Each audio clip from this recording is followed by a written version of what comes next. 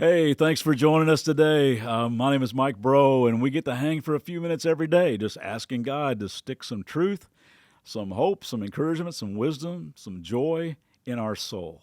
And man, I hope you're having a great day and finding that walking with God is what we were created to do. Hey, we're just hanging for a little while in chapter 12 of the book of Romans in the New Testament of the Bible. If you're kind of new to the Bible as you're scrolling through it, it's right after Matthew, Mark, Luke, and John in the book of Acts, and then there's Romans. It's a letter from this guy who was chosen by God to spread the good news of Jesus all over the world.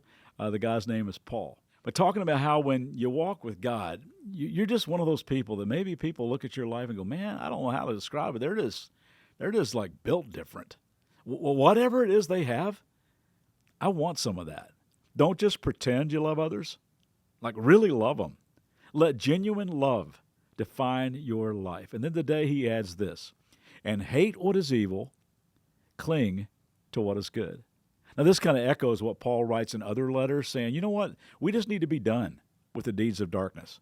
We ought to walk as children of the light. He's just saying there ought to be a bad taste in your mouth when it comes to the former dark stuff you used to be a part of. And here he uses a very strong word. He actually tells us to hate evil, to hate what evil does to you, to hate what evil does to your family, to hate what evil does to other people, to hate what evil does to this world.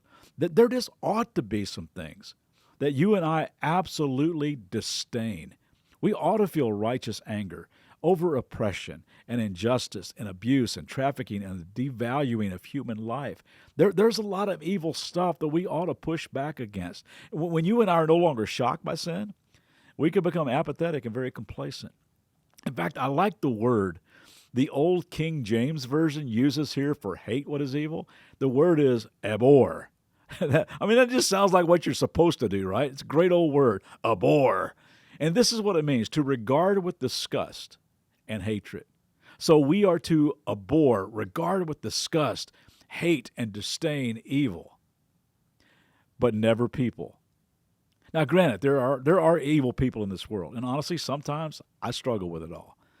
But when I look at the evil, dark stuff in my own life, and I see how much I need grace, and realize that I have never locked eyes with someone Jesus did not die for, I have to want for them genuinely to find the same forgiveness, the same grace that I have received. So I want to keep my heart really hardened toward evil, but very soft toward people. Hate what is evil. Then he says, cling to what is good. Have you seen those Gorilla Glue commercials where someone's trying to fix something, this huge gorilla shows up and just like scares the life out of them, and then he hands them a bottle of glue and they go, oh, of course.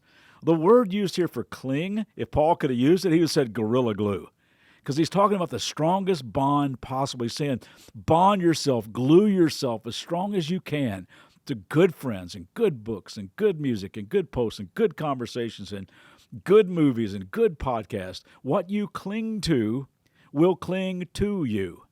And if it's full of goodness, that goodness will start to rub off on other people. So my prayer for all of us today is that we just be done with darkness. And instead we'd walk full of goodness and love and light. I'm praying specifically that God would cross my path, your path today with somebody who needs that light. Man, I hope you have a great day. We'll see you back here tomorrow.